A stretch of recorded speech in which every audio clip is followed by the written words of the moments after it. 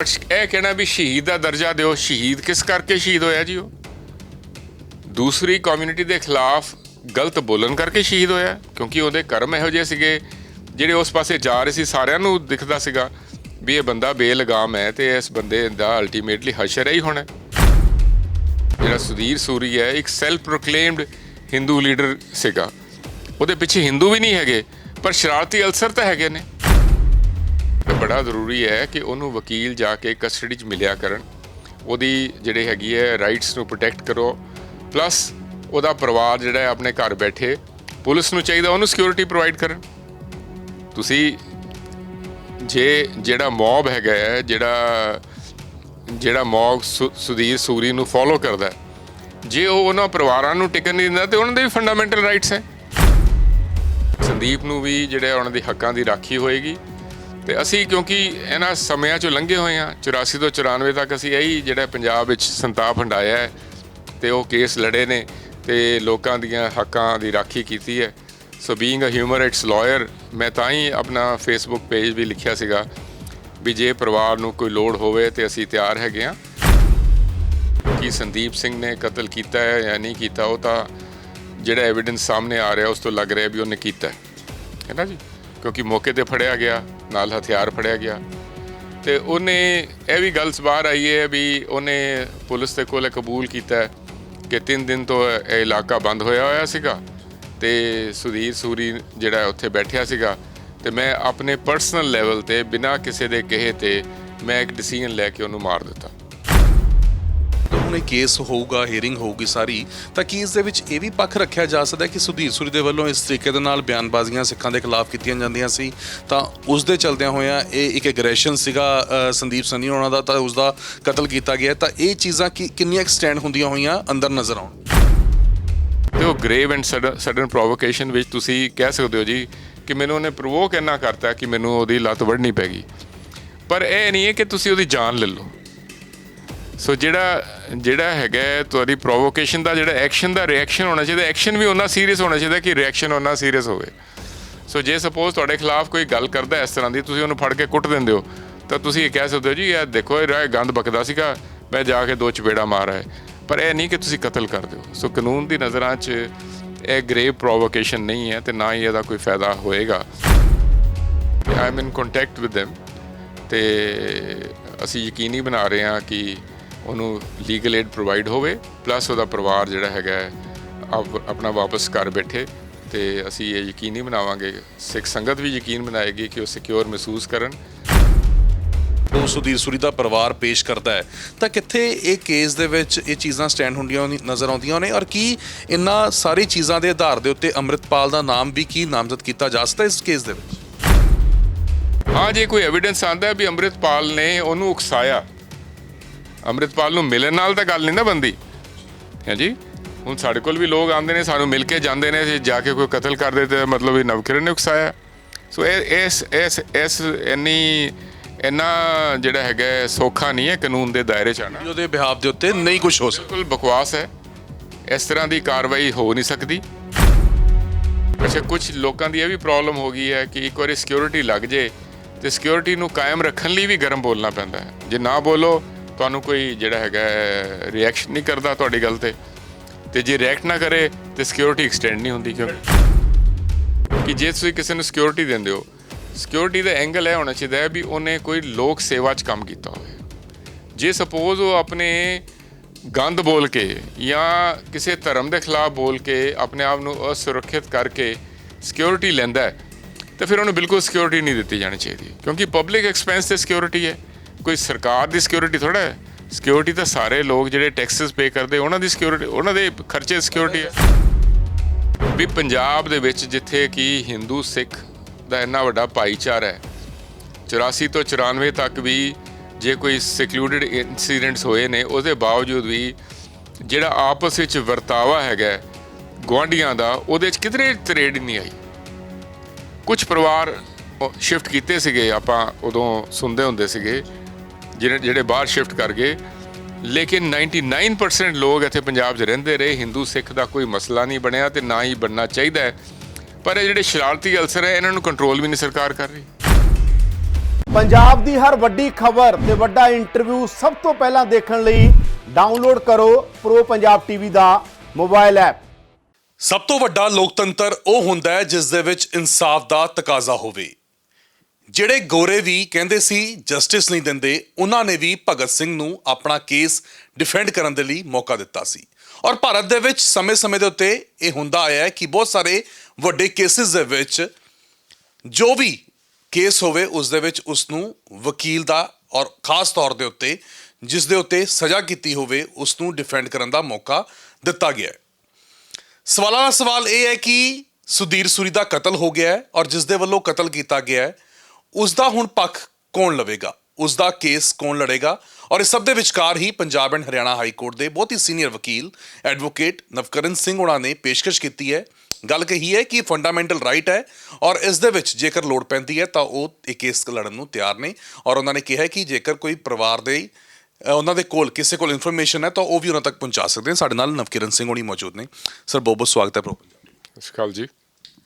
Sir ਸਮੇਂ-ਸਮੇਂ ਦੇ ਉੱਤੇ ਹੁੰਦਾ ਆਇਆ ਬਹੁਤ ਸਾਰੇ ਕੇਸਿਸ ਦੀ ਜੇਕਰ ਅਸੀਂ ਗੱਲ ਕਰੀਏ, ਫਿਰ ਉਹ ਭਾਵੇਂ ਲਹਿਰਾਂ ਦੇ ਵਿੱਚ ਜਿਹੜੇ ਕੇਸ ਹੋਣ ਉਹਨਾਂ ਦੇ ਵਿੱਚ ਨਾਮਜ਼ਦ ਹੋਣ, ਉਹਨਾਂ ਦੀ ਸਜ਼ਾ ਭੁਗਤ ਰਹੇ ਹੋਣ, ਉਹਨਾਂ ਨੂੰ ਵੀ ਵਕੀਲ ਮਿਲਦੇ ਆਏ ਨੇ। ਪਹਿਲਾਂ ਤਾਂ ਜਿਹੜਾ ਇਹ ਪੂਰਾ 4 ਤਰੀਕ ਨੂੰ ਵਾਕਿਆ ਹੋਇਆ ਹੈ, ਇਸ ਨੂੰ ਤੁਸੀਂ ਕਿਵੇਂ ਵੇਖਦੇ ਹੋ? ਦੇਖੋ ਗਗਨਦੀਪ ਜੀ, ਜਿੱਥੇ ਤੱਕ ਸੰਦੀਪ ਸਿੰਘ ਨੂੰ ਵਕੀਲ ਕਰਾਉਣ ਵਾਲੀ ਗੱਲ ਹੈ, ਇਹ ਗੱਲ ਬੜੀ ਛੋਟੀ ਹੈ ਨਾ। ਗੱਲ ਤਾਂ ਇਹ ਵੇ ਕਿ ਸੁਧੀਰ ਸੂਰੀ ਦਾ ਕਤਲ ਕਿਉਂ ਹੋਇਆ, ਇਹਦੇ ਪਿਛੋਕੜ 'ਚ ਜਾਣ ਦੀ ਬੜੀ ਲੋੜ ਹੈ। ਕਿਉਂਕਿ ਜਦ ਤੱਕ ਤੁਸੀਂ ਜੜ ਨੂੰ ਨਹੀਂ ਫੜੋਗੇ ਤੇ ਇਸ ਤਰ੍ਹਾਂ ਦੇ ਵਾਕਿਆ ਹੋਣ ਦੇ ਜ਼ਿਆਦਾ ਚਾਂਸਸ ਹੈਗੇ ਨੇ, ਰਿਪੀਟ ਵੀ ਹੋ ਸਕਦੇ ਨੇ। ਹੁਣ ਦੇਖੋ ਤੁਸੀਂ ਸੁਧੀਰ ਸੂਰੀ ਦਾ ਜਿਹੜਾ ਬਿਆਨ ਸੀਗਾ ਕਿ ਸਿੱਖ ਤਾਂ 2% ਹੈਗੇ ਨੇ, ਇਹਨਾਂ ਨਾਲ ਡੀਲ ਕਰਨਾ ਕਿਹੜਾ ਔਖਾ ਹੈ। ਤੁਹਾਨੂੰ ਕਿਸੇ ਨੂੰ ਕੋਈ ਪ੍ਰੋਬਲਮ ਆਉਂਦੀ ਹੈ, ਤੁਸੀਂ ਰਿਵਾਲਵਰ ਲਵੋ, ਸਾਨੂੰ ਦੱਸੋ, ਅਸੀਂ ਤੁਹਾਨੂੰ ਰਿਵਾਲਵਰ ਦੇ ਲਾਇਸੈਂਸ ਲੈ ਕੇ ਦੇਵਾਂਗੇ। ਉਹਦੇ ਕਰਕੇ ਉੱਤੇ ਪਰਚਾ ਵੀ ਦਰਜ ਹੋਇਆ, ਜਿਹਨੂੰ ਬਾਅਦ ਵਿੱਚ ਉਹਨੇ ਤੋੜ ਮਰੋੜ ਕੇ ਇਹ ਪੇਸ਼ ਕੀਤਾ ਜੀ ਕਿ ਮੈਂ ਤਾਂ ਇਹ ਕਿਹਾ ਸੀਗਾ ਕਿ ਸਿੱਖਾਂ ਵਿੱਚ 2% ਐਸੇ ਨੇ ਜਿਹੜੇ ਕਿ ਮਾੜੇ ਲੋਕ ਨੇ, ਹੈ ਨਾ, ਜਾਂ ਹੋ ਸਕਦਾ ਉਹ ਖਾਲਿਸਤਾਨੀਆਂ ਦੀ ਗੱਲ ਕਰ ਰਿਹਾ ਸੀਗਾ ਜਿਵੇਂ ਕਿ ਬਾਅਦ 'ਚ ਕਿਹਾ ਗਿਆ। ਲੇਕਿਨ ਜਦੋਂ ਅਸੀਂ ਸਟੇਟਮੈਂਟ ਉਹਦੀ ਸੁਣਦੇ ਹਾਂ ਤਾਂ ਗੱਲ ਬੜੀ ਸਾਫ਼ ਹੈ ਕਿ ਉਹਨੇ ਗੱਲ ਖਾਲਿਸਤਾਨੀਆਂ ਦੀ ਨਹੀਂ ਸੀ ਕੀਤੀ, ਉਹਨੇ ਗੱਲ ਸਿੱਖਾਂ ਦੀ ਕੀਤੀ ਸੀ ਵੀ ਇਹ 2% ਸਿੱਖ ਹੈਗੇ ਨੇ ਐਂਡ ਉਹਨਾਂ ਨੂੰ ਡੀਲ ਕਰਨਾ ਕਿਹੜਾ ਔਖਾ ਹੈ। ਅਤੇ ਤੁਹਾਨੂੰ ਕੋਈ ਪ੍ਰੋਬਲਮ ਆਉਂਦੀ ਹੈ ਅਤੇ ਤੁਸੀਂ ਰਿਵਾਲਵਰ ਲਵੋ ਜੀ, ਪਿਸਤੌਲਾਂ ਲਵੋ, ਅਸੀਂ ਤੁਹਾਨੂੰ ਦਵਾਵਾਂਗੇ ਸਰਕਾਰਾਂ ਤੋਂ। ਹੁਣ ਤੁਸੀਂ ਪਰਚਾ ਤਾਂ ਦਰਜ ਕਰਤਾ ਐਂਡ ਉਸ ਸਮੇਂ ਦੇ ਵਿੱਚ ਸੁਣਿਆ ਵੀ ਉਹ ਅੰਦਰ ਵੀ ਰਿਹਾ, ਮੈਨੂੰ ਨਹੀਂ ਪਤਾ ਰਿਹਾ ਹੋਏਗਾ। ਲੇਕਿਨ ਇਹ ਕਿਉਂ ਨਹੀਂ ਹੋਇਆ ਕਿ ਉਹਨੂੰ ਉਹਦੇ ਜੁਰਮ ਦੀ ਸਜ਼ਾ ਮਿਲੀ? ਅਦਾਲਤਾਂ ਇੰਨੀਆਂ ਹੌਲੀ ਕਿਉਂ ਚੱਲਦੀਆਂ ਨੇ ਅਤੇ ਕਿਉਂ ਨਹੀਂ ਇਹਨਾਂ ਸੈਂਸਿਟਿਵ ਕ੍ਰਾਈਮਸ ਨੂੰ ਸਪੀਡੀ ਟਰਾਇਲ ਵਾਂਗ ਡੀਲ ਕੀਤਾ ਜਾਂਦਾ ਤਾਂ ਕਿ ਇਹੋ ਜਿਹੇ ਬੰਦਿਆਂ ਨੂੰ ਜਿਹੜਾ ਹੈਗਾ ਟਾਈਮ ਸਿਰ ਸਜ਼ਾ ਕੀਤੀ ਜਾਵੇ ਅਤੇ ਬਾਕੀਆਂ ਨੂੰ ਵੀ ਕੰਨ ਹੋਣ। ਹੁਣ ਉਸ ਬੰਦੇ ਨੂੰ ਸਜ਼ਾ ਹੋਈ ਨਹੀਂ ਐਂਡ ਉਹ ਰੋਜ਼ ਆਪਣੀ ਜਿਹੜੀ ਹੈਗੀ ਹੈ ਉਹ ਜਿਹੀਆਂ ਉਤੇਜਕ ਗੱਲਾਂ ਜਿਹੜੀਆਂ ਕਿ ਦੂਸਰੇ ਧਰਮ ਦੇ ਖਿਲਾਫ ਹੈਗੀਆਂ ਜਾਂ ਦੂਸਰੀ ਕਮਿਊਨਿਟੀ ਦੇ ਖਿਲਾਫ ਹੈ, ਉਹ ਕਰਨ ਵਿੱਚ ਜਿਹੜਾ ਹੈਗਾ ਬਜ਼ਿੱਦ ਹੈ। ਐਂਡ ਸਰਕਾਰ ਜਿਹੜੀ ਹੈਗੀ ਹੈ, ਕਿਉਂਕਿ ਉਹ ਜਿਹੜੀ ਗੱਲਾਂ ਕਰਦਾ ਹੈ ਉਹ ਸਿੱਖ ਕਮਿਊਨਿਟੀ ਦੇ ਖਿਲਾਫ ਸੀਗੀਆਂ ਅਤੇ ਸਿੱਖ ਕਮਿਊਨਿਟੀ ਭਾਵੇਂ ਇੱਕ ਮਿਨੋਰਿਟੀ ਹੈਗੀ ਹੈ ਇੰਡੀਆ ਦੇ ਵਿੱਚ, ਲੇਕਿਨ ਪੰਜਾਬ ਦੇ ਵਿੱਚ ਤਾਂ ਐਟਲੀਸਟ ਉਹ ਮਿਨੋਰਿਟੀ ਵਿੱਚ ਨਹੀਂ ਹੈ, ਜਾਂ ਚਲੋ ਮਿਨੋਰਿਟੀ 'ਚ ਹੋਵੇਗੀ ਤਾਂ 1-2% ਘੱਟ ਹੋਏਗੀ। ਲੇਕਿਨ ਸਿੱਖਾਂ ਦੀ ਜਿਹੜੀ ਹਿਸਟੋਰੀਕਲ ਬੈਕਗਰਾਊਂਡ ਹੈ ਗੁਰੂ ਸਾਹਿਬਾਨਾਂ ਤੋਂ, ਜਿਵੇਂ ਮੁਗਲਾਂ ਦਾ ਮੁਕਾਬਲਾ ਕੀਤਾ ਅਸੀਂ ਐਂਡ ਜ਼ੁਲਮ ਦੇ ਖਿਲਾਫ ਅਸੀਂ ਲੜੇ, ਹਿੰਦੂਆਂ ਦੀਆਂ ਧੀ ਭੈਣਾਂ ਨੂੰ ਅਸੀਂ ਬਚਾਇਆ। ਸੋ ਸਿੱਖ ਸਮਝਦੇ ਨੇ ਵੀ ਸਾਨੂੰ ਜੇ ਬੰਦਾ ਇਸ ਤਰ੍ਹਾਂ ਦੀ ਗੱਲ ਕਰਦਾ ਤਾਂ ਇੱਕ ਬੜਾ ਵੱਡਾ ਚੈਲੰਜ ਹੈ। ਹੁਣ ਗੁਰੂਆਂ ਨੇ ਸਿਖਾਇਆ ਵੀ ਜੇ ਕਿਧਰੇ ਜ਼ੁਲਮ ਹੋ ਰਿਹਾ ਹੋਇਆ ਤਾਂ ਤੁਸੀਂ ਉਹਦੇ ਲਈ ਰੱਖਿਆ ਲਈ, ਜਿਹੜਾ ਬੇਕਸੂਰ ਦੀ ਰੱਖਿਆ ਲਈ ਤੁਸੀਂ ਖੜ੍ਹੇ ਹੋਵੋ। ਅਤੇ ਆਪਣੇ ਲਈ ਤਾਂ ਖੜ੍ਹੇ ਹੋਣਾ, ਉਹਨੇ ਕਿਹਾ ਵੀ ਜ਼ੁਲਮ ਕਰਨ ਵਾਲਾ ਵੀ ਉਹਨਾਂ ਜ਼ਿੰਮੇਵਾਰ ਹੈ ਜਿੰਨਾ ਜ਼ੁਲਮ ਸਹਿਣ ਵਾਲਾ ਜ਼ਿੰਮੇਵਾਰ ਹੈ। ਸੋ ਸਿੱਖ ਅੱਗੋਂ ਰਿਐਕਟ ਕਰਦੇ ਨੇ। ਹੁਣ ਉਸ ਰਿਐਕਸ਼ਨ ਵਿੱਚ ਉਹ ਅਗਰ ਉਹਨੂੰ ਕਹਿੰਦੇ ਨੇ ਜੀ ਕਿ ਅਸੀਂ ਤੇਰੇ ਨਾਲ ਡੀਲ ਕਰਾਂਗੇ, ਜਾਂ ਤੈਨੂੰ ਸਪੋਜ਼ ਕੋਈ ਕਹਿੰਦਾ ਮੈਂ ਤੈਨੂੰ ਮਾਰ ਦਾਂਗਾ, ਤਾਂ 15 ਗਨਮੈਨ ਤੁਸੀਂ ਉਸ ਬੰਦੇ ਨੂੰ ਦੇ ਦਿੰਦੇ ਹੋ ਅਤੇ ਉਹ ਆਪਣੀ ਐਕਟੀਵਿਟੀਜ਼ ਨੂੰ ਹੋਰ ਵਧਾ ਦਿੰਦਾ। ਤੁਸੀਂ ਇੱਕ ਫਰੈਂਕਨਸਟਾਈਨ ਨੂੰ ਬਣਾਇਆ ਅਤੇ ਉਹਨੂੰ ਇੰਨਾ ਵੱਡਾ ਕਰਤਾ ਤੇ ਇਨਸਾਫ ਦੀ ਉਹਨੂੰ ਸ਼ਿਕੰਜੇ ਵਿੱਚੋਂ ਕੱਢ ਦਿੱਤਾ, ਤੇ ਫਿਰ ਤੁਸੀਂ ਸਿੱਖਾਂ ਨੂੰ ਕਹੋ ਕਿ ਤੁਸੀਂ ਜਿਹੜਾ ਹੈਗਾ ਚੁੱਪ ਕਰਕੇ ਬੈਠੇ ਰਹੋ। ਹੁਣ ਦੇਖੋ, ਸਾਡੇ ਵਰਗੇ ਬੰਦੇ ਜਿਹੜੇ ਕਿ ਚੰਡੀਗੜ੍ਹ ਦੇ ਜੰਮਪਲ ਨੇ, ਉਹ ਤਾਂ ਹੋ ਸਕਦਾ ਇਹੋ ਜਿਹੀ ਵਾਇਲੈਂਸ 'ਚ ਬਿਲੀਵ ਨਾ ਕਰਨ, ਲੇਕਿਨ ਹਰ ਸਿੱਖ ਜਿਹੜਾ ਹੈਗਾ ਉਹ ਤੁਸੀਂ ਇਹ ਸਮਝੋ ਕਿ ਉਹਦਾ ਰੈਜ਼ਿਸਟੈਂਸ ਲੈਵਲ ਸੇਮ ਹੋਏਗਾ, ਉਹ ਨਹੀਂ ਹੋਏਗਾ। ਜਿਹੜਾ ਬੰਦਾ ਇੱਕ ਪਿੰਡ ਦਾ ਹੈਗਾ ਜਾਂ ਛੋਟੇ ਸ਼ਹਿਰ ਦਾ ਹੈਗਾ, ਉਹਦੀ ਸੈਂਸਿਟਿਵਿਟੀ ਕਿੰਨੀ ਹੈਗੀ ਹੈ ਅਤੇ ਕਿਸ ਤਰ੍ਹਾਂ ਉਹ ਲੈਂਦਾ ਹੈ ਅਤੇ ਕਿੰਨਾ ਉਹ ਧਰਮ ਨੂੰ ਮੰਨਦਾ ਹੈ, ਕਿੰਨਾ ਧਾਰਮਿਕ ਆਦਮੀ ਹੈ, ਇਹ ਸਾਰੇ ਜਿਹੜੀਆਂ ਹੈਗੀਆਂ ਨੇ ਉਹਦੇ 'ਚ ਦੇਖੀਆਂ ਜਾਣਗੀਆਂ। ਹੁਣ ਇੱਕ ਬੰਦਾ ਰਿਐਕਟ ਕਰਦਾ, ਜਾ ਕੇ ਉਸ ਬੰਦੇ ਨੂੰ ਗੋਲੀ ਮਾਰ ਦਿੰਦਾ, ਅਤੇ ਉਹ ਪਰਿਵਾਰ ਕਹਿੰਦਾ ਜੀ ਕਿ ਸਾਨੂੰ ਸ਼ਹੀਦ ਦਾ ਦਰਜਾ ਦਿਓ, ਸਾਡੇ ਪਰਿਵਾਰ ਨੂੰ ਨੌਕਰੀ ਦਿਓ, ਹੈ ਜੀ, ਸਾਡੇ ਪਰਿਵਾਰ ਨੂੰ ਸਿਕਿਉਰਿਟੀ ਦਿਓ। ਜਿੱਥੇ ਤੱਕ ਤਾਂ ਸਿਕਿਉਰਿਟੀ ਦਾ ਸਵਾਲ ਹੈ ਜੀ, ਕਿਉਂਕਿ ਹੁਣ ਉਹ ਮਾਰਿਆ ਗਿਆ ਅਤੇ ਪਰਿਵਾਰ ਨੂੰ ਜੇ ਕੋਈ ਪ੍ਰੋਬਲਮ ਹੈਗੀ ਹੈ ਸਟੇਟ ਨੂੰ ਡੀਲ ਕਰਨਾ ਚਾਹੀਦਾ।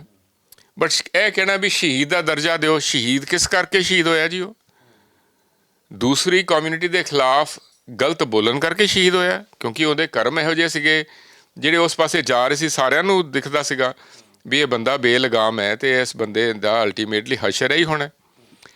ਅਤੇ ਉਹਦੇ ਵਿੱਚੋਂ ਹੁਣ ਜਿਹੜੀ ਗੱਲ ਨਿਕਲੀ ਹੈ ਉਹਨੂੰ ਮਾਰਨ ਤੋਂ ਬਾਅਦ ਸੈਕਿੰਡ ਹੁਣ ਰਿਸਪੈਕਟ ਆ ਜਾਂਦਾ ਕਿ ਜਿਹਨੇ ਮਾਰਿਆ ਉਹਨੂੰ ਪੁਲਿਸ ਨੇ ਅਰੈਸਟ ਕਰ ਲਿਆ। ਫਿਰ ਸੁਧੀਰ ਸੂਰੀ ਦੇ ਪਰਿਵਾਰ ਵਾਲੇ ਕਹਿੰਦੇ ਜੀ ਕਿ ਤੁਸੀਂ ਅੰਮ੍ਰਿਤਪਾਲ ਨੂੰ ਵੀ ਨਾਲ ਮੁਲਜ਼ਮ ਬਣਾਓ। ਹੁਣ ਅੰਮ੍ਰਿਤਪਾਲ ਦਾ ਇਹਦੇ ਨਾਲ ਕੀ ਤਲਕ ਹੈ? ਉਹ ਕਹਿੰਦੇ ਜੀ ਉਹਦਾ ਇੱਕ ਸਟਿੱਕਰ ਉਸਦੀ ਜਥੇਬੰਦੀ ਦਾ ਸ਼ੀਸ਼ੇ ਉੱਤੇ ਲੱਗਿਆ ਸੀ। ਹੁਣ ਕੀ ਸ਼ੀਸ਼ੇ ਦੇ ਉੱਤੇ ਸਟਿੱਕਰ ਲੱਗਣਾ ਦਾ ਮਤਲਬ ਇਹ ਹੈਗਾ ਕਿ ਜਿਸ ਆਰਗੇਨਾਈਜੇਸ਼ਨ ਨੂੰ ਉਹ ਸਪੋਰਟ ਕਰਦਾ ਹੈ ਜਾਂ ਉਹਨਾਂ ਦੇ ਵਿਊਜ਼ ਪਸੰਦ ਕਰਦਾ ਕਿ ਉਹ ਵੀ ਇਹਦੇ ਹੈਗੇ ਨੇ ਜ਼ਿੰਮੇਵਾਰ। ਹੁਣ ਦੇਖੋ, ਆਪਾਂ ਆਮ ਦੇਖਦੇ ਹਾਂ ਕਿ ਪੋਲੀਟੀਕਲ ਪਾਰਟੀਜ਼ ਦੇ ਸਟਿੱਕਰ ਲੱਗੇ ਹੁੰਦੇ ਨੇ, ਕੋਈ ਆਮ ਆਦਮੀ ਪਾਰਟੀ ਦਾ ਹੈ, ਕੋਈ ਕਾਂਗਰਸ ਦਾ ਹੈ, ਕੋਈ ਸ਼੍ਰੋਮਣੀ ਅਕਾਲੀ ਦਲ ਦਾ ਹੈ। ਉਹ ਆਪਣੇ ਸਟਿੱਕਰ ਲਗਾ ਕੇ ਗੱਡੀਆਂ 'ਤੇ ਜਾਂਦੇ ਨੇ।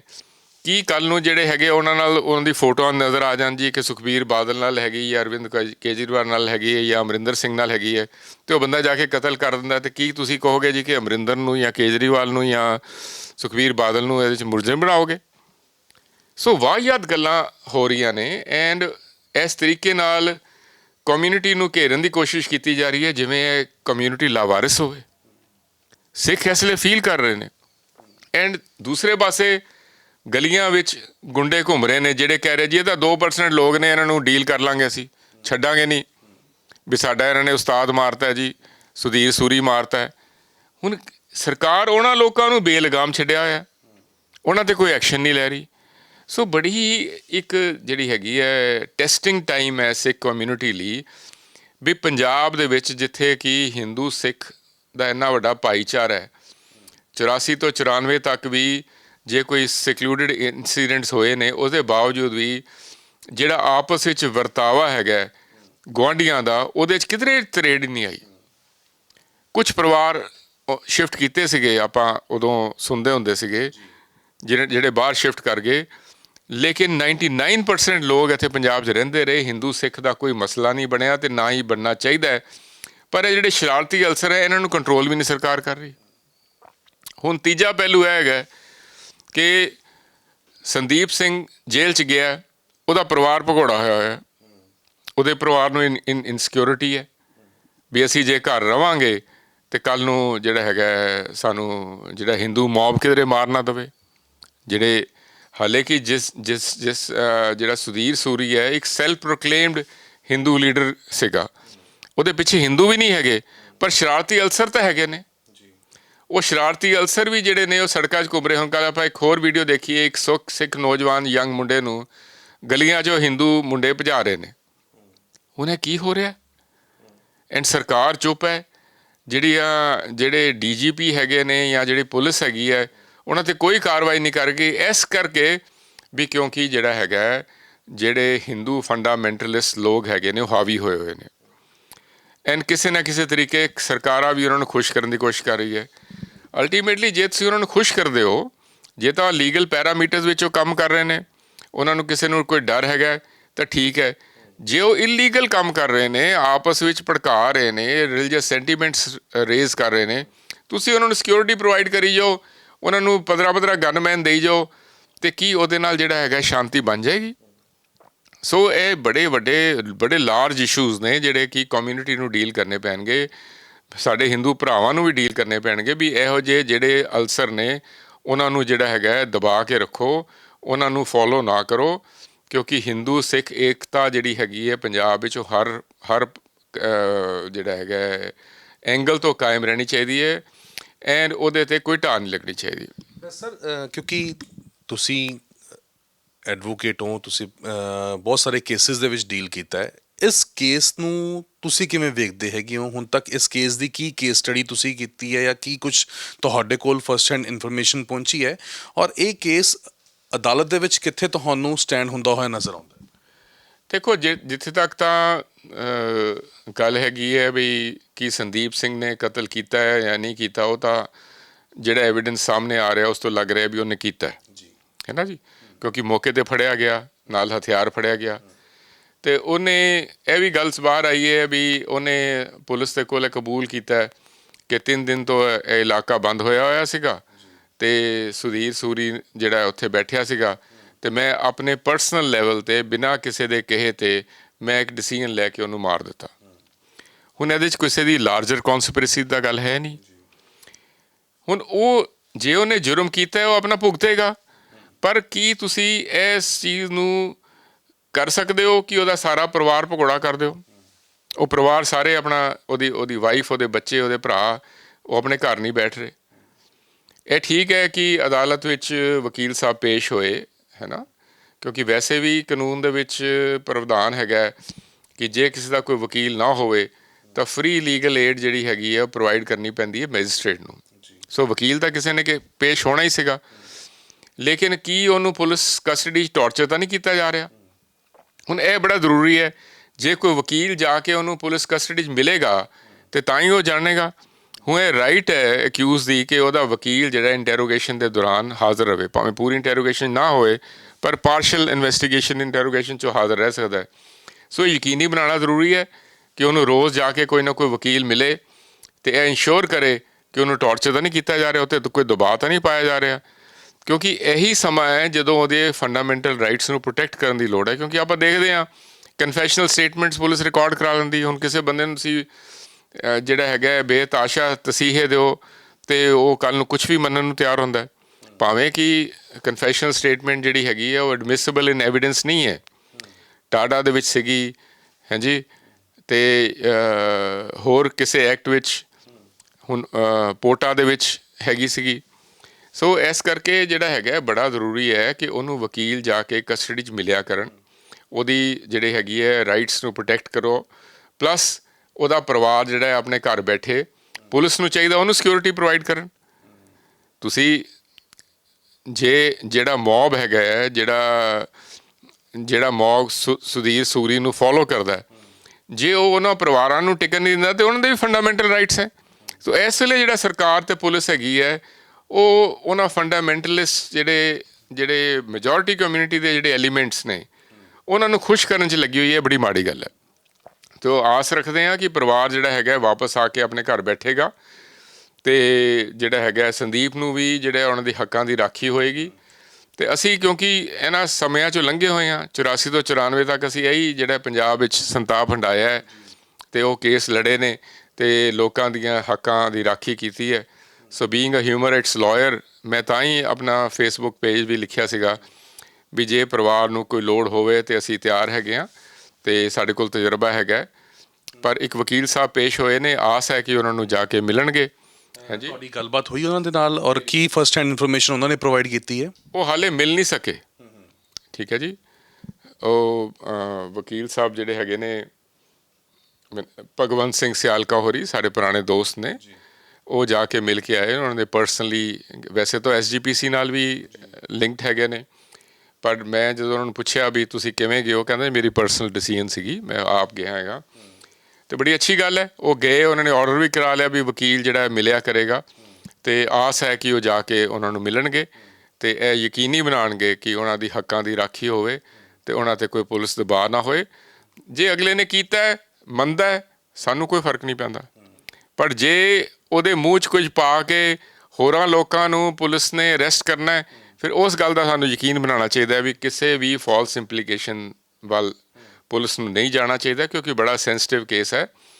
ਐਂਡ ਤੁਸੀਂ ਸੁਧੀਰ ਸੂਰੀ ਦੇ ਜਿਹੜੇ ਦੇ ਖਿਆਲਾਤ ਵਾਲੇ ਜਿਹੜੇ ਲੋਕ ਨੇ, ਉਹਨਾਂ ਨੂੰ ਖੁਸ਼ ਕਰਨ ਲਈ ਜੇ ਉਸ ਪਾਸੇ ਜਾਓਗੇ ਤਾਂ ਇਹ ਬੜਾ ਜਿਹੜਾ ਹੈਗਾ ਇੱਕ ਗਲਤ ਪਾਸੇ ਕੱਲ ਚੱਲੇਗੀ। ਕਿਉਂਕਿ ਸਰ ਮੈਂ ਇਸ ਕੇਸ ਨੂੰ ਸਿੱਧੂ ਮੂਸੇਵਾਲਾ ਕੇਸ ਨਾਲ ਵੀ ਜੇਕਰ ਜੋੜ ਕੇ ਵੇਖੀਏ ਤਾਂ ਪਰਿਵਾਰ ਦੇ ਵੱਲੋਂ ਕੁਝ ਸ਼ੱਕ ਸੀਗਾ ਲੋਕਾਂ ਦੇ ਉੱਤੇ, ਤਾਂ ਉਹਨਾਂ ਦੇ ਨਾਮ ਦਿੱਤੇ ਗਏ ਤਾਂ ਉਹਨਾਂ ਨੂੰ ਵੀ ਨਾਮਜ਼ਦ ਕਰ ਲਿੱਤਾ ਗਿਆ। ਫਿਰ ਉਹ ਭਾਵੇਂ ਉਹ ਮਿਊਜ਼ਿਕ ਇੰਡਸਟਰੀ ਦੇ ਹੋਣ ਜਾਂ ਆਂਢੀ ਗੁਆਂਢੀਆਂ ਦੀ ਗੱਲ ਕਰ ਲਈਏ, ਕਿਉਂਕਿ ਉਹਨਾਂ ਦੇ ਘਰ ਦੇ ਬਾਹਰ CCTVs ਲੱਗੀਆਂ ਹੋਈਆਂ ਸੀਗੀਆਂ।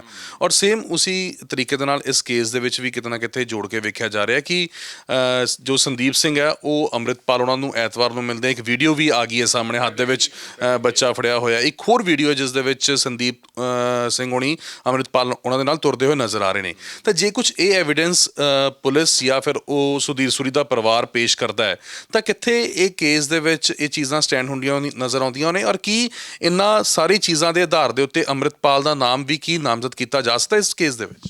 ਦੇਖੋ, ਇਹ ਜਿਹੜਾ ਐਵੀਡੈਂਸ ਜਿਹੜੀ ਗੱਲ ਕਰ ਰਹੇ ਹੋ, ਐ ਤਾਂ ਹਰੇਕ ਬੰਦਾ ਕਹਿੰਦਾ ਕਿ ਜੀ ਫਲਾਣੇ ਨੇ ਕਰਾਇਆ, ਫਲਾਣੇ ਨੇ ਕਰਾਇਆ। ਲੋਕ ਪੁਲਿਸ ਜਿਹੜੀ ਹੈਗੀ ਇਸ ਤਰੀਕੇ ਨਹੀਂ, ਕਿਉਂਕਿ FIR ਤਾਂ ਰਜਿਸਟਰ ਹੋ ਗਈ, ਹੁਣ ਤਾਂ ਨਾਮ ਆਪਾਂ ਐਡ ਕਰਨੇ ਨੇ।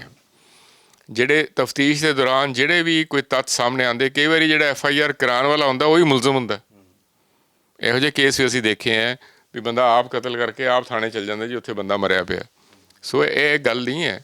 ਗੱਲ ਤਾਂ ਇਹ ਵੀ ਤਫਤੀਸ਼ ਵਿੱਚ ਜੇ ਕੋਈ ਸਬੂਤ ਆਉਣ ਜਿਹੜੇ ਕਾਬਲੇ ਯਕੀਨ ਹੋਣ, ਇਹ ਨਹੀਂ ਵੀ ਸੁਧੀਰ ਸੂਰੀ ਦਾ ਪਰਿਵਾਰ ਕਹਿ ਰਿਹਾ ਤੇ ਇਸ ਕਰਕੇ ਪਰਚਾ ਦਰਜ ਵੀ ਹੋਣਾ ਚਾਹੀਦਾ ਹੈ। ਜੇ ਇਸ ਤਰ੍ਹਾਂ ਦਾ ਹੋਏਗਾ ਤਾਂ ਬੜੀ ਮਾੜੀ ਇਹ ਰਵਾਇਤ ਹੋਏਗੀ। ਹਾਂ, ਜੇ ਕੋਈ ਐਵੀਡੈਂਸ ਆਉਂਦਾ ਵੀ ਅੰਮ੍ਰਿਤਪਾਲ ਨੇ ਉਹਨੂੰ ਉਕਸਾਇਆ, ਅੰਮ੍ਰਿਤਪਾਲ ਨੂੰ ਮਿਲਣ ਨਾਲ ਤਾਂ ਗੱਲ ਨਹੀਂ ਨਾ ਬਣਦੀ ਹੈ ਜੀ। ਹੁਣ ਸਾਡੇ ਕੋਲ ਵੀ ਲੋਕ ਆਉਂਦੇ ਨੇ, ਸਾਨੂੰ ਮਿਲ ਕੇ ਜਾਂਦੇ ਨੇ, ਜਾ ਕੇ ਕੋਈ ਕਤਲ ਕਰ ਦੇ ਤੇ ਮਤਲਬ ਇਹ ਨਵਕਿਰਨ ਨੇ ਉਕਸਾਇਆ। ਸੋ ਇਸ ਇੰਨਾ ਜਿਹੜਾ ਹੈਗਾ ਸੌਖਾ ਨਹੀਂ ਹੈ ਕਾਨੂੰਨ ਦੇ ਦਾਇਰੇ 'ਚ ਆਉਣਾ। ਉਹਦੇ ਬਿਹਾਫ ਦੇ ਉੱਤੇ ਨਹੀਂ ਕੁਝ ਹੋ ਸਕਦਾ, ਬਿਲਕੁਲ ਬਕਵਾਸ ਹੈ। ਇਸ ਤਰ੍ਹਾਂ ਦੀ ਕਾਰਵਾਈ ਹੋ ਨਹੀਂ ਸਕਦੀ। ਲੇਕਿਨ ਪ੍ਰੈਸ਼ਰ ਥੱਲੇ ਜੇ ਕਾਰਵਾਈ ਪੁਲਿਸ ਕਰਦੀ ਹੈ ਤੇ ਕੱਲ੍ਹ ਨੂੰ ਉਹ ਜਵਾਬਦੇਹ ਹੋਏਗੀ ਅਦਾਲਤ ਦੇ ਵਿੱਚ ਵੀ। ਸੋ ਇਸ ਤਰ੍ਹਾਂ ਦਾ ਕੋਈ ਐਵੀਡੈਂਸ ਨਹੀਂ ਹੈਗਾ ਸਾਹਮਣੇ ਆਇਆ। ਜੇ ਐਵੀਡੈਂਸ ਹੁੰਦਾ ਤਾਂ ਪੁਲਿਸ ਨੇ ਹੁਣ ਤੱਕ ਅਰੈਸਟ ਕਰ ਲੈਣਾ ਸੀਗਾ। ਜਦੋਂ ਅੰਮ੍ਰਿਤਪਾਲ ਹੋਰਾਂ ਨੂੰ ਡਿਟੇਨ ਕੀਤਾ ਕਿਸੇ ਜਗ੍ਹਾ 'ਤੇ ਜਾਂ ਰਿਸਟ੍ਰਿਕਟ ਕੀਤਾ, ਡਿਟੇਨ ਤਾਂ ਨਹੀਂ ਸੀ ਕੀਤਾ, ਰਿਸਟ੍ਰਿਕਟ ਕੀਤਾ ਸੀ, ਮੂਵਮੈਂਟ ਨਾ ਕਰੋ ਮੋਗਾ ਦੇ ਵਿੱਚ। ਹਾਂ, ਉਹ ਇਸ ਕਰਕੇ ਸੀਗਾ ਵੀ ਕਿਉਂਕਿ ਉੱਧਰੋਂ ਉਹਦੀ ਕ੍ਰਿਮੇਸ਼ਨ ਹੋਣੀ ਸੀ ਅਗਲੇ ਦਿਨ, ਹੈ ਨਾ, ਤੇ ਕੋਈ ਆਪਸ ਟਕਰਾਵ ਨਾ ਹੋਵੇ। ਲੋਕਾਂ ਨੇ ਸੋਚਿਆ ਵੀ ਸ਼ਾਇਦ ਸਬੂਤ ਆ ਗਏ ਨੇ ਕੋਈ ਉਹਦੇ ਖਿਲਾਫ। ਸੋ ਇਹ ਸਬੂਤ ਬੜਾ ਹੀ ਫਲਿਮਜ਼ੀ ਐਵੀਡੈਂਸ ਹੈ। ਇਸ ਬੇਸ 'ਤੇ ਅੰਮ੍ਰਿਤਪਾਲ ਹੋਰਾਂ ਦੇ ਵੱਲ ਕੋਈ ਸ਼ੱਕ ਦੀ ਨਿਗਾਹ ਨਹੀਂ ਜਾਂਦੀ। ਹਾਂ, ਜੇ ਕੋਈ ਸਬੂਤ ਆਉਂਦਾ ਹੈ ਵੀ ਅੰਮ੍ਰਿਤਪਾਲ ਨੇ ਉਹਨੂੰ ਕਿਹਾ ਜੀ ਕਿ ਤੂੰ ਜਾ ਕੇ ਮਾਰ ਦੇ, ਜਾਂ ਕੋਈ ਕਾਲ ਡਿਟੇਲਸ ਨਿਕਲਦੀਆਂ ਕਿਸੇ ਬੰਦੇ ਨਾਲ, ਸਪੋਜ਼, ਕਿਉਂਕਿ ਉਹ ਸਾਰੀ ਕਾਲ ਡਿਟੇਲਸ ਨੂੰ ਘੋਖਦੇ ਪਏ ਨੇ, 6 ਮਹੀਨੇ ਦਾ ਡੇਟਾ ਸਾਰਾ ਰਿਕਵਰ ਕਰ ਰਹੇ ਨੇ। ਸੋ ਹੁਣ ਕਾਲ ਡਿਟੇਲਸ ਵੀ ਹੋਣ ਵੀ ਕਿਸੇ ਨਾਲ ਗੱਲ ਕੀਤੀ ਹੈ, ਲੇਕਿਨ ਜਦ ਤੱਕ ਤੁਹਾਡੇ ਕੋਲ ਰਿਕਾਰਡਿੰਗ ਨਹੀਂ ਹੈ, ਐਵੀਡੈਂਸ ਤਾਂ ਦੇਖਿਆ ਜਾਏਗਾ ਵੀ ਕੌਨਸਪੀਰੇਸੀ ਵਿੱਚ ਤਾਂ ਉਹ ਬੰਦਾ ਸ਼ਾਮਲ ਹੋਏਗਾ ਜੇ ਉਹਨੇ ਤੁਹਾਨੂੰ ਉਕਸਾਇਆ ਜਾਂ ਉਹਨੇ ਤੁਹਾਡੀ ਮਦਦ ਕੀਤੀ ਹੈ। ਕੋਈ ਐਕਟਿਵ ਪਾਰਟਿਸਿਪੇਸ਼ਨ ਹੋਣੀ ਚਾਹੀਦੀ। ਕਿਸੇ ਨੂੰ ਮਿਲਣਾ ਗਿਲਣਾ ਇਹ ਜਿਹੜਾ ਹੈਗਾ ਇਸ ਬੇਸ 'ਤੇ ਨਾ ਕਦੀ ਟਰਾਇਲ ਚੱਲੇ ਨੇ ਅਤੇ ਨਾ ਸਜ਼ਾਵਾਂ ਹੋਈਆਂ ਨੇ। ਹਾਂ, ਪੁਲਿਸ ਵਾਲੇ ਕਿਸੇ ਨੂੰ ਝੂਠਾ ਫਸਾਉਣਾ ਚਾਹਣ ਅਤੇ ਉਹਨਾਂ ਦੇ ਜਿਹੜੀ ਹੈਗੀ ਹੈ ਬਾਗਡੋਰ, ਉਹਨਾਂ ਨੂੰ ਪਤਾ ਹੈ ਕਿ ਉਹ ਡਿਸੀਜ਼ਨ ਲੈਂਦੇ ਨੇ। ਪਰ ਮੈਨੂੰ ਨਹੀਂ ਲੱਗਦਾ ਕਿ ਪੁਲਿਸ ਇੰਨੀ ਮੂਰਖ ਹੈ। ਪੁਲਿਸ ਨੇ ਜਿਹੜੀ ਕਾਰਵਾਈ ਕਰਨਗੇ ਉਹ ਅਕੋਰਡਿੰਗ ਟੂ ਲਾਅ ਹੀ ਕਰਨਗੇ, ਐਂਡ ਜਿਹੜਾ ਹੈਗਾ ਦੋਨੋਂ ਧਿਰਾਂ ਨੂੰ ਬੈਲੈਂਸ ਰੱਖ ਕੇ ਕਰਨਗੇ, ਤਾਂ ਹੀ ਜਿਹੜੀ ਹੈਗੀ ਹੈ ਇੱਥੇ ਗੱਲ ਠੀਕ ਰਹਿਣੀ ਹੈ। ਐਂਡ ਮੈਨੂੰ ਨਹੀਂ ਲੱਗਦਾ ਕਿ ਅੰਮ੍ਰਿਤਪਾਲ ਹੋਰਾਂ ਵੱਲ ਕੋਈ ਇਸ ਤਰ੍ਹਾਂ ਦੀ ਗੱਲ ਜਾਏਗੀ। ਮਿਲਣਾ ਗਿਲਣਾ ਕਿਸੇ ਨੂੰ ਜਾਂ ਸਟਿੱਕਰ ਉੱਥੇ ਦੇਖਣਾ, ਦੈਟ ਡਜ਼ਨਟ ਮੀਨ ਹੁਣ ਇੰਡੀਵਿਜੂਅਲ ਲੈਵਲ 'ਤੇ ਕਿੰਨੇ ਲੋਕ ਨੇ ਜਿਹੜੇ ਹੁਣ ਉੱਥੇ ਉਹਦੇ 'ਚ ਜਿਹੜੇ ਕਾਗਜ਼ ਉਹਦੀ ਗੱਡੀ 'ਚ ਮਿਲੇ ਨੇ, ਉਹਦੇ ਬਿੱਟੇ ਦੀ ਫੋਟੋ ਵੀ ਹੈ ਨਾ, ਜਾਂ ਹੋਰ ਜਿਹੜੇ ਲੋਕ ਜਿਹੜੇ ਹੈਗੇ ਸਿੱਖ, ਮਨੀਸ਼ਾ ਗੁਲਾਟੀ, CM ਭਗਵੰਤ ਮਾਨ, ਸ਼ਿਵ ਸੈਨਾ ਲੀਡਰਸ ਕਾਫੀ ਵਿੱਚ। ਉਹ ਦੇਖੋ ਮਨੀਸ਼ਾ ਗੁਲਾਟੀ ਦਾ ਤਾਂ ਕੋਈ ਸਿੱਖਾਂ ਨਾਲ ਤਲਕ ਹੀ ਨਹੀਂ ਹੈ ਨਾ ਜੀ। ਸੋ ਆਈ ਡੋਂਟ ਨੋ ਕਿਵੇਂ ਉਹ ਕਟਿੰਗਸ ਕਰ ਰਿਹਾ ਸੀਗਾ। ਲੇਕਿਨ ਜਿਹੜਾ ਹੁਣ ਬਿੱਟਾ ਹੈ, ਹੁਣ ਬਿੱਟਾ ਤਾਂ ਆਪਣੇ ਗਰਮ ਖਿਆਲੀ ਵਿਚਾਰਾਂ ਦੇ ਕਰਕੇ ਹਮੇਸ਼ਾ ਹੀ ਅੰਡਰ ਅਟੈਕ ਰਿਹਾ। ਅੱਛਾ, ਕੁਛ ਲੋਕਾਂ ਦੀ ਇਹ ਵੀ ਪ੍ਰੋਬਲਮ ਹੋ ਗਈ ਹੈ ਕਿ ਇੱਕ ਵਾਰੀ ਸਿਕਿਉਰਿਟੀ ਲੱਗ ਜੇ ਤੇ ਸਿਕਿਉਰਿਟੀ ਨੂੰ ਕਾਇਮ ਰੱਖਣ ਲਈ ਵੀ ਗਰਮ ਬੋਲਣਾ ਪੈਂਦਾ ਹੈ। ਜੇ ਨਾ ਬੋਲੋ ਤੁਹਾਨੂੰ ਕੋਈ ਜਿਹੜਾ ਹੈਗਾ ਰਿਐਕਸ਼ਨ ਨਹੀਂ ਕਰਦਾ ਤੁਹਾਡੀ ਗੱਲ ਤੇ ਜੇ ਰਿਐਕਟ ਨਾ ਕਰੇ ਤੇ ਸਿਕਿਉਰਿਟੀ ਐਕਸਟੈਂਡ ਨਹੀਂ ਹੁੰਦੀ, ਕਿਉਂਕਿ ਪਰਸੈਪਸ਼ਨ ਮੇਨਟੇਨ ਕਰਨੀ ਪੈਂਦੀ ਆਉਂਦੀ ਹੈ। ਜਦੋਂ ਥ੍ਰੈਟ ਤੋਂ ਪਰਸੈਪਸ਼ਨ ਤੁਹਾਨੂੰ ਪਤਾ ਕਰਦੇ ਨੇ, ਉਦੋਂ ਪੁੱਛਦੇ ਜੀ ਕੋਈ ਫੋਨ ਆਇਆ ਜੀ, ਕੋਈ ਚਿੱਠੀ ਆਈ ਜੀ, ਜਿਵੇਂ ਕਿ ਹਰੇਕ ਕਿਸੇ ਨੂੰ ਕਤਲ ਕਰਨ ਤੋਂ ਪਹਿਲੇ ਕੋਈ ਇਨਫੋਰਮ ਕਰਦਾ। ਸੋ ਇਹ ਫਜ਼ੂਲ ਗੱਲਾਂ ਨੂੰ ਕਵਰ ਅਪ ਕਰਨ ਲਈ ਲੋਕ ਜਿਹੜੇ ਨੇ ਇਹੋ ਜਿਹੇ ਆਪਣੇ ਬਿਆਨ ਦਿੰਦੇ ਨੇ ਕਿ ਲੋਕ ਮੈਨੂੰ ਜਿਹੜਾ ਹੈਗਾ ਗਾਲਾਂ ਕੱਢਣ ਤੇ ਥੱਲੇ ਮੇਰੇ ਫੇਸਬੁੱਕ ਦੇ ਲਿਖਣ ਜੀ ਕਿ ਤੈਨੂੰ ਸੌ ਦਾਂਗੇ, ਤੂੰ ਸਿੱਖਾਂ ਦੇ ਖਿਲਾਫ ਬੋਲ ਰਿਹਾ, ਉਹਦੇ ਬੇਸ ਦੇ ਉੱਤੇ ਜਿਹੜੀ ਆਪਣੀ ਸਿਕਿਉਰਿਟੀ ਹੋ ਕੇ ਐਕਸਟੈਂਡ ਕਰਾਉਂਦੇ। ਲੱਗਦਾ ਸਰ ਇਸ ਦੇ ਉੱਤੇ ਵੀ ਇੱਕ ਬਾਰ ਹੋਣਾ ਚਾਹੀਦਾ ਹੈ, ਫਿਰ ਭਾਵੇਂ ਦੋਵਾਂ ਪਾਸਿਓਂ ਦੀ ਆਪਾਂ ਗੱਲ ਕਰ ਲਈਏ ਕਿ ਸੋਸ਼ਲ ਮੀਡੀਆ ਹੋਵੇ ਜਾਂ ਫਿਰ ਇਹੋ ਜਿਹੀਆਂ ਬਿਆਨਬਾਜ਼ੀਆਂ ਕਿਸੇ ਵੀ ਪਲੇਟਫਾਰਮ ਦੇ ਉੱਤੇ ਹੋਣ, ਇਸ ਦੇ ਉੱਤੇ ਤੁਰੰਤ ਜੇਕਰ ਪੁਲਿਸ ਦੀ ਕਾਰਵਾਈ ਹੋਈ ਹੋਵੇ ਤਾਂ ਸ਼ਾਇਦ ਇਹ ਅੱਜ ਇਹ ਦਿਨ ਆ ਵੀ ਨਾ ਦੇਖਣਾ ਪਵੇ। ਨਹੀਂ, ਪੁਲਿਸ ਦੀ ਕਾਰਵਾਈ ਤਾਂ ਦੇਖੋ, ਸੁਧੀਰ ਸੂਰੀ ਨੂੰ ਅਰੈਸਟ ਤੱਕ ਉਹਨਾਂ ਨੇ ਕਰਾ ਹੀ ਦਿੱਤਾ ਸੀਗਾ, ਲੇਕਿਨ ਕੇਸ ਹੀ ਖਤਮ ਨਹੀਂ ਹੋਇਆ। ਪਰ ਫਿਰ ਜਦੋਂ ਉਹ ਆਪਣੀ ਹਰਕਤਾਂ ਤੋਂ ਬਾਜ਼ ਨਹੀਂ ਸੀ ਆ ਰਿਹਾ, ਮੈਂ ਸਮਝਦਾ ਕਿ ਜੇ ਤੁਸੀਂ ਕਿਸੇ ਨੂੰ ਸਿਕਿਉਰਿਟੀ ਦਿੰਦੇ ਹੋ, ਸਿਕਿਉਰਿਟੀ ਦਾ ਐਂਗਲ ਇਹ ਹੋਣਾ ਚਾਹੀਦਾ ਹੈ ਵੀ ਉਹਨੇ ਕੋਈ ਲੋਕ ਸੇਵਾ 'ਚ ਕੰਮ ਕੀਤਾ ਹੋਵੇ। ਜੇ ਸਪੋਜ਼ ਉਹ ਆਪਣੇ ਗੰਦ ਬੋਲ ਕੇ ਜਾਂ ਕਿਸੇ ਧਰਮ ਦੇ ਖਿਲਾਫ ਬੋਲ ਕੇ ਆਪਣੇ ਆਪ ਨੂੰ ਅਸੁਰੱਖਿਅਤ ਕਰਕੇ ਸਿਕਿਉਰਿਟੀ ਲੈਂਦਾ ਹੈ, ਤਾਂ ਫਿਰ ਉਹਨੂੰ ਬਿਲਕੁਲ ਸਿਕਿਉਰਿਟੀ ਨਹੀਂ ਦਿੱਤੀ ਜਾਣੀ ਚਾਹੀਦੀ, ਕਿਉਂਕਿ ਪਬਲਿਕ ਐਕਸਪੈਂਸ ਤੇ ਸਿਕਿਉਰਿਟੀ ਹੈ, ਕੋਈ ਸਰਕਾਰ ਦੀ ਸਿਕਿਉਰਿਟੀ ਥੋੜ੍ਹਾ ਹੈ। ਸਿਕਿਉਰਿਟੀ ਤਾਂ ਸਾਰੇ ਲੋਕ ਜਿਹੜੇ ਟੈਕਸਸ ਪੇ ਕਰਦੇ ਉਹਨਾਂ ਦੀ ਸਿਕਿਉਰਿਟੀ, ਉਹਨਾਂ ਦੇ ਖਰਚੇ ਸਿਕਿਉਰਿਟੀ ਹੈ। ਸਰਕਾਰ ਇਹ ਸਿਕਿਉਰਿਟੀ ਦੇਣੀ ਬੰਦ ਕਰ ਦਿੱਤਾ, ਸ਼ਾਇਦ ਇਹ ਹੇਟਡ ਸਪੀਚਸ ਵੀ ਬੰਦ ਹੋ ਜਾਣ। ਨਹੀਂ, ਸਰਕਾਰ ਇੰਨੀ ਤਕੜੀ ਨਹੀਂ ਹੈ ਜੀ। ਦੇਖੋ ਹੁਣ ਗੱਲ ਤਾਂ ਸਿਰਫ ਸਿੱਧੂ ਮੂਸੇਵਾਲੇ ਦੀ ਸਿਕਿਉਰਿਟੀ ਨੂੰ ਉਹਨਾਂ ਨੇ ਘਟਾਈ ਸੀਗੀ। ਹੁਣ ਕਹਿੰਦੇ ਜੀ ਉਹ ਸਿਕਿਉਰਿਟੀ ਘਟਾਉਣ ਕਰਕੇ ਸਿੱਧੂ ਮੂਸੇਵਾਲਾ ਮਰ ਗਿਆ। ਸਿੱਧੂ ਮੂਸੇਵਾਲਾ ਤਾਂ ਜਿਹੜੀ ਸਿਕਿਉਰਿਟੀ ਉਹਦੇ ਕੋਲ ਸੀਗੀ ਉਹ ਵੀ ਨਾਲ ਨਹੀਂ ਲੈ ਕੇ ਗਿਆ। ਸੋ ਸਪੋਜ਼ ਸਿਕਿਉਰਿਟੀ 2 ਗਨਮੈਨ ਘਟਾਏ ਨਾ ਵੀ ਹੁੰਦੇ, ਉਹਨੇ ਲੈ ਕੇ ਜਾਣਾ ਹੀ ਨਹੀਂ ਸੀਗੇ, ਕਿਉਂਕਿ ਯੰਗ ਪਰਸਨ ਸੀਗਾ। ਉਹ ਕਹਿੰਦਾ ਮੇਰੀ ਆਪਣੀ ਰਿਵਾਲਵਰ ਮੇਰੇ ਕੋਲ ਹੈ, ਗੱਲ ਹੀ ਕੋਈ ਨਹੀਂ ਹੈਗੀ। ਸੋ ਇਹ ਸਿਕਿਉਰਿਟੀ ਲੈਪਸ ਹੈ। ਹੁਣ ਉਹ 13 ਗਨਮੈਨ ਨਹੀਂ ਉਹਨੂੰ ਬਚਾ ਸਕੇ, ਪਿੱਛੇ ਉਹਦੇ ਖੜੇ ਸੀਗੇ, ਬੰਦਾ ਇਕੱਲਾ ਗੋਲੀ ਮਾਰ ਕੇ ਚਲਾ ਗਿਆ। ਸੋ ਕਿੰਨੇ ਗਨਮੈਨ ਦੇ ਦੋਗੇ? ਹੁਣ ਫੌਜ ਨੂੰ ਬੁਲਾ ਲੋਗੇ? ਸੋ ਇਹ ਗੱਲਾਂ ਫਜ਼ੂਲ ਨੇ। ਨਾ ਤਾਂ ਇਹੋ ਜਿਹੇ ਬੰਦੇ ਜਿਹੜੇ ਇਹੋ ਜਿਹੀ ਗੱਲਾਂ ਕਰਕੇ ਇਨਸਿਕਿਉਰ ਹੁੰਦੇ ਉਹਨਾਂ ਨੂੰ ਸਿਕਿਉਰਿਟੀ ਦੇਣੀ ਜਾਣੀ ਚਾਹੀਦੀ ਹੈ, ਤੇ ਨਾ ਹੀ ਬਰਕਰਾਰ ਰੱਖਣੀ ਚਾਹੀਦੀ ਹੈ, ਬਿਕੋਜ਼ ਉਹ ਅਲਟੀਮੇਟਲੀ ਫਰੈਂਕਨਸਟਾਈਨਸ ਬਣ ਜਾਂਦੇ ਨੇ। ਐਂਡ ਪਬਲਿਕ ਵਾਸਤੇ ਵੀ ਉਹ ਖਤਰਾ ਨੇ, ਕਿਉਂਕਿ ਉਹਨਾਂ ਨੇ ਬਕਵਾਸ ਕਰਨੀ ਹੈ ਐਂਡ ਗੈਰ ਕਾਨੂੰਨੀ ਉਹਨਾਂ ਨੇ ਹਰਕਤਾਂ ਕਰਨੀਆਂ, ਜਿਹਦੇ ਕਰਕੇ ਉਹਨਾਂ ਨੂੰ ਤੁਸੀਂ ਨੱਥ ਪਾਉਣ ਦੀ ਜਗ੍ਹਾ 'ਤੇ ਉਹ ਕਹਿੰਦੇ ਲੋ ਜੀ ਮੈਨੂੰ ਤਾਂ ਮਾਰਨ ਨੂੰ ਫਿਰਦੇ ਨੇ, ਮੈਨੂੰ ਬਚਾ ਲਓ।